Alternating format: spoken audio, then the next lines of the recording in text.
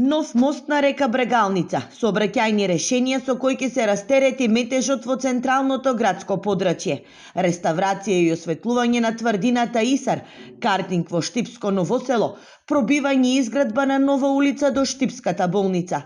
Ова се само дел од проектите со кои општина Штип ќе аплицира на вториот повик за искористување на средствата од унгарскиот кредит. Нова платформа за паркирање во централното градско подрачје за дополнителни 40 паркинг места.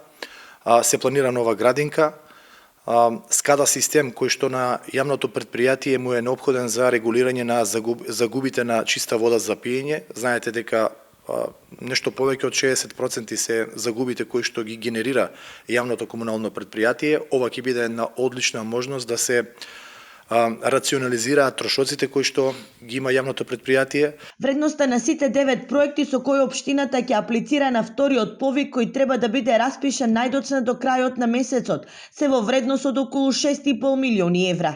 Реализацијата нови капитални инвестиции на градот ќе му дадат забрзан развој, но и модерен и урбан лик, објаснува Јорданов. Навистина една развојна компонента која што ќе овозможи развој на нашиот град, но и довршување на сите започнати капитални проекти од претходната 2024 година. Овде би ги набројал булеварот Партизанска, спортскиот центар Джексон, обиколницата која што верувам дека во наредните недели ќе стартува да се гради. Така да ова се проекти кои што ќе додадат вредност во нашиот град. На првиот повик за искористување на средства од унгарскиот кредит, Штип аплицираше со проект изградба на обиколница во вредност од 2 милиони евра.